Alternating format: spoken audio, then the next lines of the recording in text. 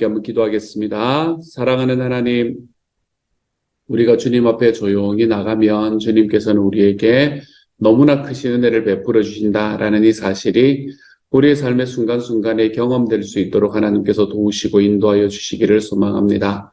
주님, 우리의 삶의 과거의 어떤 삶의 순간이라도 하나님께서 그것을 낭비하지 않으시고 허비하지 않으셨다는 사실을, 내가 지금 살아가는 삶의 그 어떤 순간, 고난의 아픔의 순간이라 하더라도 하나님께서는 그 모든 것을 다 사용해서 내가 주님을 닮아가도록 만들고 계시다는 사실을, 그렇기 때문에 나에게 앞으로 다가오는 어떤 삶의 상황 속에서도 주님께서는 우리 하나님과 더 가까워지는 삶을 인도해 가시는 그것이 우리를 구원하신 주님의 목적의 하나라는 것을 주님이여 좀 기억할 수 있도록 도와주셔서, 하나님, 내 삶의 어떤 목적을 내가 가지고 있는 나의 삶의 의와 나의 삶의 생각으로 붙들고 걸어가는 어떤 목적을 이루어내는 것에 우리의 마음을 다 드리는 것이 아니라, 하나님이여, 내가 어떻게 주님을 닮아가고 있는가, 주님,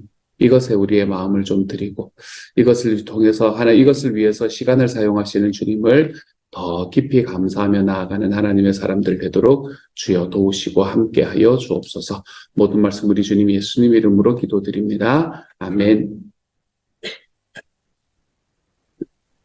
아멘. 이 시간 하나님께서 우리에게 주시는 말씀 함께 읽읍시다. 요엘서 2장 1절부터 17절까지의 말씀입니다. 좀 기네요. 오늘은 찬양도 길고 말씀도 길고 그러네요. 요엘서 2장 1절부터 17절까지의 말씀입니다.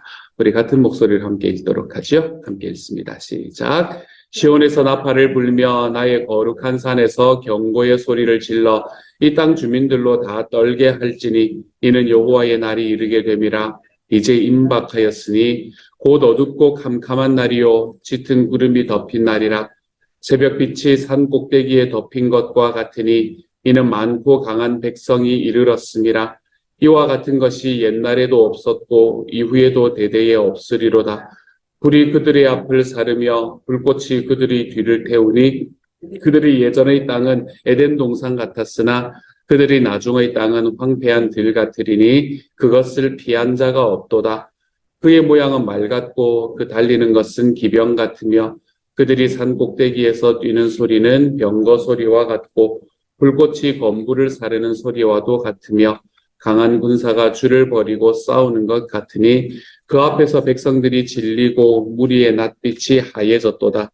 그들이 용사같이 달리며 무사같이 성을 기어오르며 각기 자기의 길로 나아가되 그 줄을 이탈하지 아니하며 피차에 부딪히지 아니하고 각기 자기의 길로 나아가며 무기를 돌파하고 나아가나 상하지 아니하며 성중에 뛰어들어가며 성 위에 달리며 집에 기어오르며 도둑같이 창으로 들어가니 그 앞에서 땅이 진동하며 하늘이 떨며 해와 달이 캄캄하며 별들이 빛을 거두도다. 여호와께서 그의 군대 앞에서 소리 지르시고 그의 진영은 심히 크고 그의 명령을 행하는 자는 강하니 여호와의 날이 크고 심히 두렵도다. 당할 자가 누구이랴. 여호와의 말씀에 너희는 이제라도 금식하고 울며 애통하고 마음을 다하여 내게로 돌아오라 하셨나니 너희는 옷을 찢지 말고 마음을 찢고 너희 하나님 여호와께로 돌아올지어다. 그는 은혜로우시며 자비로우시며 노하기를 더디하시며 인애가 크시사 뜻을 돌이켜 재앙을 내리지 아니하시나니 주께서 혹시 마음과 뜻을 돌이키시고 그 뒤에 복을 내리사 너희 하나님 여호와께 소제와 전제를 드리게 하지 아니하실는지 누가 알겠느냐. 너희는 시온에서 나팔을 불어 거룩한 금식일을 정하고 성회를 소집하라. 백성을 모아 그 모임을 거룩하게 하고 장로들을 모으며 어린아이와 젖 먹는 자를 모으며 신랑을 그 방에서 나오게 하며 신부도 그 신방에서 나오게 하고 여호와를 섬기는 제사장들은 낭실과 제단 사이에서 울며 이르기를 여호와여 주의 백성을 불쌍히 여기소서. 주의 기업을 욕되게 하여 나라들로 그들을 관할하지 못하게 하옵소서. 어찌하여 이방인으로 그들의 하나님이 어디 있느냐 말하게 하겠나이까 할지어다. 아멘. 아멘. 요엘서의 말씀은 좀 짧고 또 좀 어려운 말씀이고 그렇습니다. 어려운 말씀이라기보다는 심판의 메시지가 강하니까 보면 좀 답답한 말씀이고 그렇게 느껴지는 그런 말씀인 것 같습니다. 우리가 마가복음을 쭉 해오면서 참 많이 좀 마음이 좀 편하시지 않으셨습니까? 좀 편안한 교태를 해오시다가 갑작스럽게 요엘서에 굉장히 좀 강한 그런 메시지를 우리에게 전해주고 있네요.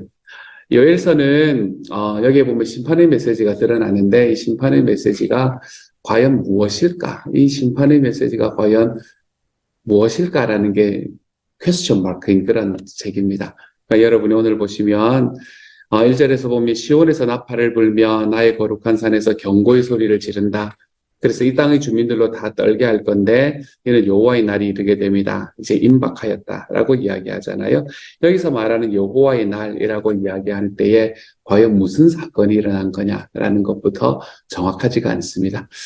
여러분이 이제 쭉 읽어보면 여러분은 어떤 느낌을 가지셨는지 모르겠어요. 여기서 어둡고 캄캄한 날이다라고 시작을 하는 이 말씀들을 쭉 보면 여러분이 지금 도대체 무엇을 이야기하는가? 라는 생각을 하셨는지 궁금합니다.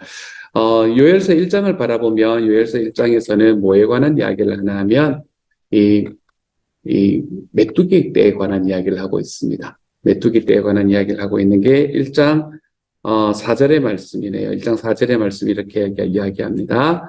풀무치가 남긴 것은 메뚜기가 갉아먹고 메뚜기가 남긴 것은 누리가 떨어먹고 누리가 남긴 것은 썰어먹고 누리가 남긴 것은 황충이 말끔히 먹어버렸다라고 이야기를 함으로 인해서 여기서는 메뚜기 떼에 관한 이야기가 나타납니다. 요즘 우리 이제 미국 산호세에 사는 사람들이야 이 메뚜기 떼가 얼마나 무서운지를 잘 모릅니다.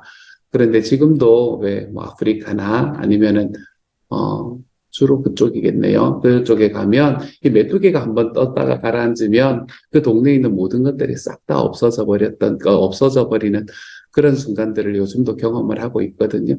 그래서 뭐 지금도 그런데 이때가 언제예요? 그렇죠? 요엘서가 쓰여질 때가 뭐 주전 600년, 700년이라고 이야기를 한다면 여러분 지금부터 2600년 전이에요. 2600년, 2700년 전에 메뚜기 떼가 나타났다라는 건 너무나 무서운 일이었었을 겁니다. 메뚜기 떼가 한번 가라앉고 나면 그의 농사는 그냥 끝이 난다고 보시면 됩니다. 농사만 끝이 나는 게 아니잖아요. 그렇죠? 그 메뚜기 떼가 며칠 동안 있음으로 인해서 사람들의 집안에 있는 그 많은 피해들, 이런 피해들이 얼마나 큰지, 그리고 그 메뚜기 떼가 한 군데만 있는 게 아니라 한 군데 있다가 다시 옆 동네로 가고 또 옆 동네로 가고 이런 식으로 가면서 그 지역 전체를 초토화시키기 시작을 하거든요. 그렇기 때문에 이 메뚜기 떼가 우리 동네에 닥쳤다라는 것은 그때 당시에는 너무나 큰 재앙과도 같은 일이었었습니다.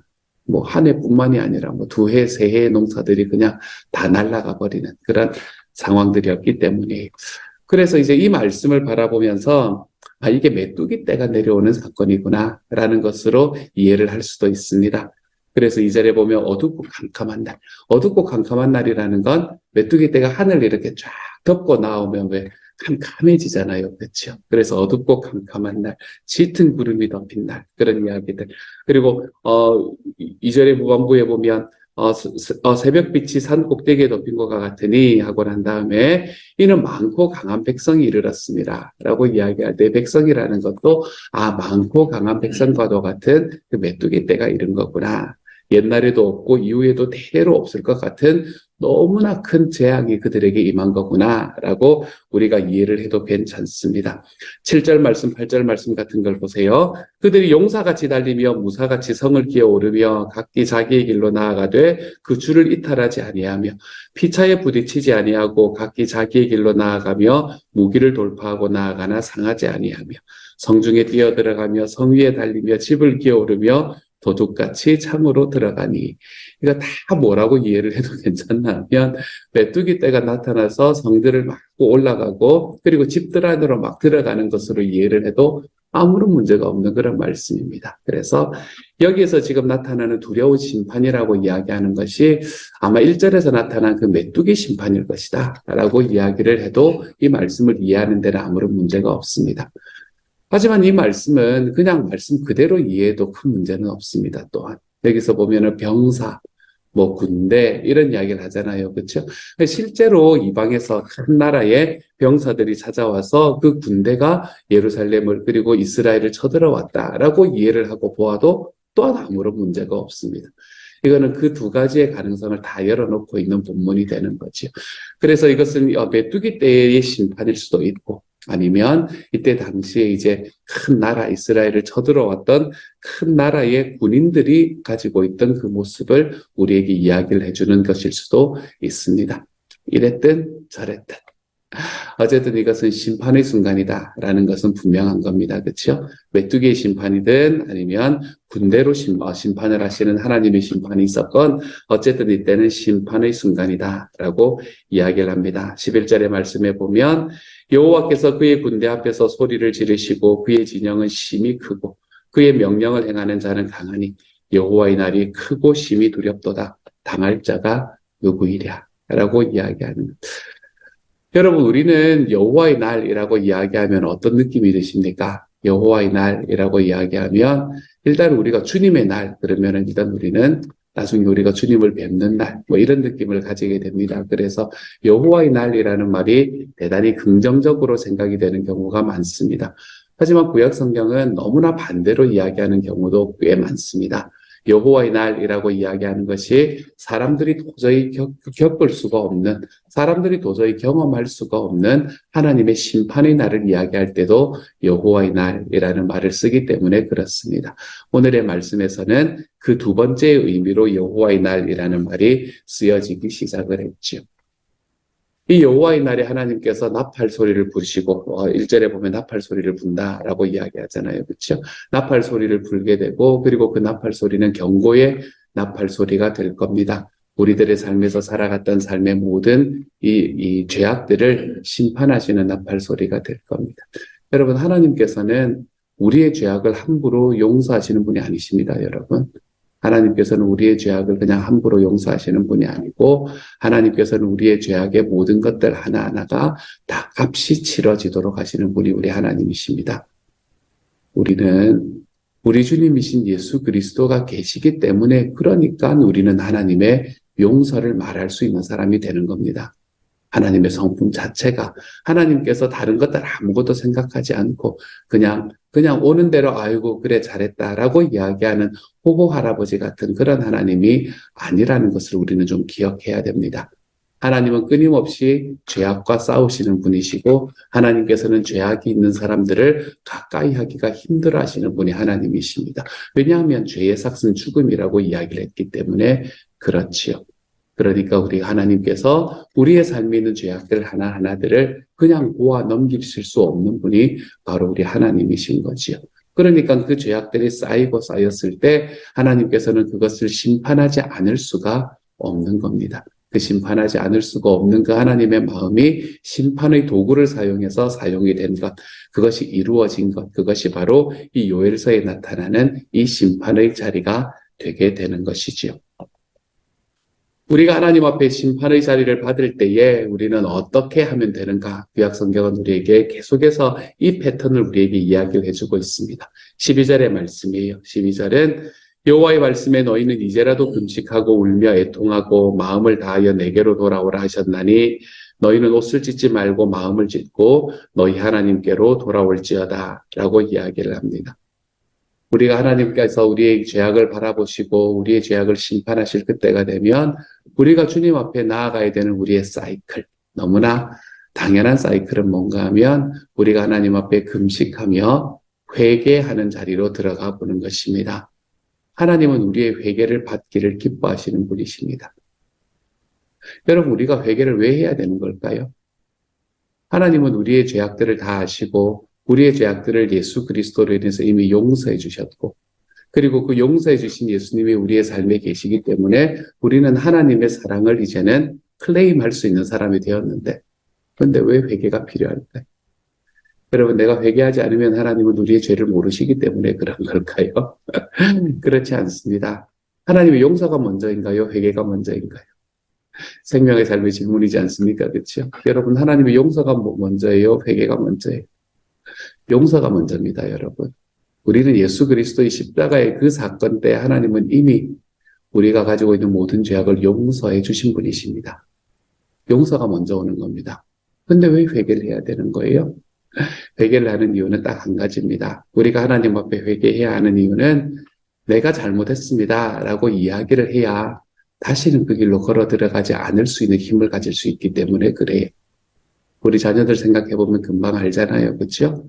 우리가 우리 자녀들이 뭔가를 잘못했을 때 용서할 마음을 이미 가지고 있지요. 이미 용서할 마음을 다 가지고 있으면서도 자녀에게 뭐라고 말해요? 네가 그거 한 거 잘못했어? 잘못하지 않았어? 라고 질문을 합니다. 아니면은 누가 뭘 했는지 잘 모르는 상황이 되면 누가 했니? 라고 이야기를 합니다. 그 아이들 이야기 들어봐야 뭐해요? 내 마음은 이미 용서할 마음이 다 있는데. 그런데도 그렇게 이야기하는 이유는 그렇게 자기의 죄가 무엇인지, 자기가 잘못한 것이 무엇인지를 아이들이 말하고 알아야, 그래야 그 아이들이 똑같은 일을 다시 하지 않을 수 있게 되기 때문에 그런 거잖아요. 안 그러면 이거 당연한 줄 알고 다음에 또 하고 또 할 거 아니에요. 그치? 하나님께서 우리에게 회개를 말씀하시는 이유는 거기에 있습니다. 하나님은 예수 그리스도의 십자가를 우리에게 주시고 난 이후에 우리를 이미 용서해 주신 분이십니다. 저와 여러분의 모든 죄의 싹을 하나님께서는 이미 잘라버리신 분이세요. 그래서 예수 그리스도의 십자가의 보혈의 피로 바라보게 되면 우리의 삶은 하나님 앞에는 의로운 삶으로 보이게 만들 수 있도록 하나님께서는 예수 그리스도를 통해서 행해 주신 분이 바로 하나님이시라는 겁니다. 그럼에도 불구하고 우리의 회개를 요구하십니다. 왜요? 우리가 하나님 앞에 좀 더 정결하게 살아가기 위해서요. 내가 하나님 앞에서 다시 똑같은 죄의 자리에 들어가지 않을 수 있는 힘을 얻을 수 있기 위해서요. 그래서 주님은 우리의 회개를 요구하십니다. 사랑하는 여러분, 이때 당시 이스라엘 백성들은 회개하지 않으면 죽음이었습니다. 예수 그리스도가 없었기 때문에 그래요. 하지만 우리는 다른 삶을 살고 있잖아요. 그렇죠? 우리는 하나님 앞에 회개하지 좀 않아도 주님께서는 우리가 주님을 믿었다라고 이야기하는 그 사실 때문에 내가 예수 그리스도의 십자가의 보혈을 내가 믿고 있다라는 그 사실 때문에 약속을 따라서 우리를 이미 용서해 주시는 분이 되어 주셨습니다. 그럼에도 우리 하나님과의 관계가 좀 더 가까워지기 위해서 내 삶이 하나님 앞에 좀 더 정결해지고 성결해지기 위해서는 우리의 삶에 있는 죄악들을 하나님 앞에 언제나 회개하며 나아가는 것이 얼마나 중요한 일인지 모릅니다.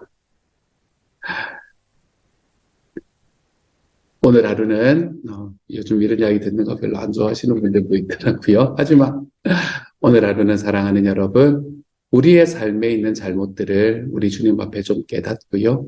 주님 앞에 좀 회개하며 걸어가 볼 줄 아는 하루가 될 수 있기를 소망합니다. 다 좋은 게 좋다라고 이야기하면서 살면 나는 변할지 모릅니다. 하지만 하나님 앞에는 절대로 좋은 게 좋지는 않습니다, 여러분. 우리 하나님께서 예수 그리스도의 십자가로 인해서 우리의 죄를 용서해 주셨고 이미 용서의 은혜를 받은 사람으로 내가 그 용서의 은혜 안에 늘 머물러 있겠습니다. 라는 그 고백을 담아 우리 하나님 앞에 내 삶에 나를 괴롭히고 내 삶에 여전히 내 앞에 서 있는 그 죄악의 문제들을 우리 주님 앞에 회개하며 걸어가 볼 줄 아는 하나님의 사람이 좀 되어 가시기를 소망합니다. 그래서 오늘 하루는 우리가 좀 회개하면 좀 조용해져야 되나요? 좀 조용하고 단정하고 그래서 내 삶을 좀 돌아보고 내가 주님께서 원하시지 않는 일을 어디에서 감당하고 있는가 이런 것들을 조금씩 돌아보고 우리 하나님 앞에서 오늘은 좀 회개하는 마음으로 하나님 앞에 하루를 좀 살아가 볼 줄 아는 하나님의 사람 그러한 기도가 우리들의 삶에서 좀 채워질 줄 아는 이 아침의 시간이 될 수 있기를 우리 주님의 이름으로 축복합니다. 그렇게 우리가 하나님 앞에 회개들이 좀 쌓여나가 그러다가 이번 주 토요일 날 성찬의 예배에서 만나도록 하십시다, 여러분.